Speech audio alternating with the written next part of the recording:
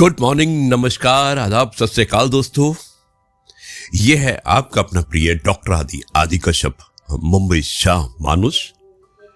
दोस्तों आज fathers day है और इसी के उपलक्ष्य में एक विशेष कहानी है जिसका शीर्षक है एक चिट्ठी पापा के नाम। बहुत ही इमोशनल कहानी है। मुझे उम्मीद है कि आपको यह कहानी अवश्य पसंद आएगी। जाइएगा मत, रविवार का दिन है। मैं जो रिकॉर्डिंग कर रहा हूं अभी चाय की चुस्कियां भी लूंगा और आप भी अपनी चाय पीजिएगा और इस कहानी का आनंद उठाइएगा। बहुत इमोशनल कहानी है। शुरुआत करता हूं इस कहानी की कुछ इस प्रकार।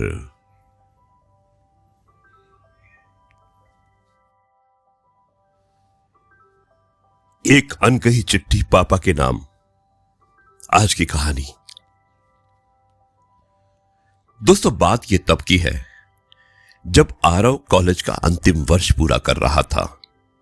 मुंबई की तेज रफ्तार जिंदगी में वो अपने कैरियर, दोस्ती और सपनों में इतना खो गया कि कई बार हफ्तों तक उसने घर फोन तक नहीं किया। उसके पापा सुरेश बाबू, जो उत्तर प्रदेश के एक छोटे से कस्बे से मुंबई आए थे, रेलवे में काम करते करते रिटायर हो चुके थे। कम पढ़े लिखे मगर दिल के बहुत अमीर। उन्होंने अपने बेटे को हर वो चीज देने की कोशिश की जो उनके पास कभी नहीं थी। आरव जब भी घर आता पापा हमेशा यही कहते, बेटा जिंदगी में कुछ भी बनना लेकिन इतना बड़ा भी मत बन जाना कि अपने पापा की छोटी छोटी बातें सुनाई ना दे। और आरव मुस्कुरा कर टाल देता। उसे लगता ये सब पुरानी पीढ़ी की बातें हैं। लेकिन एक दिन जब पापा की तबीयत अचानक बिगड़ी और उन्हें अस्पताल में भर्ती करवाया गया, आरव की जिंदगी की रफ्तार थम गई।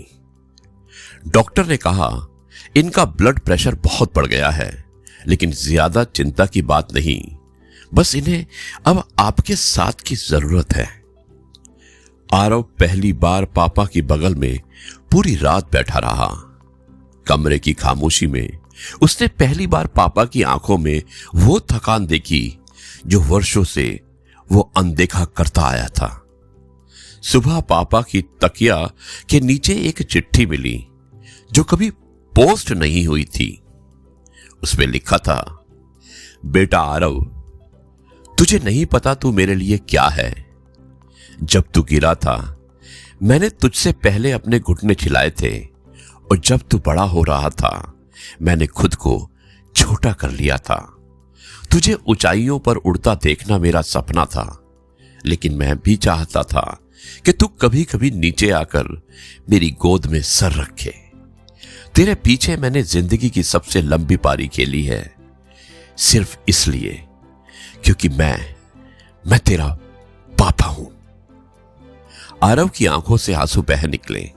पहली बार उसने महसूस किया कि पापा कोई सुपर हीरो नहीं, एक इंसान है जो बिना शिकायत, बिना थके हमारे लिए सब कुछ सहते हैं।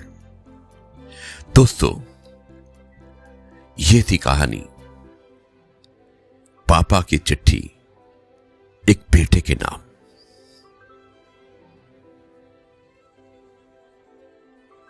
जी हाँ दोस्तों, कैसी लगी ये कहानी? और इस कहानी से हमें यही ज्ञान मिलता है, शिक्षा मिलती है कि इस बार आप फादर्स डे पर प्रण लीजिए।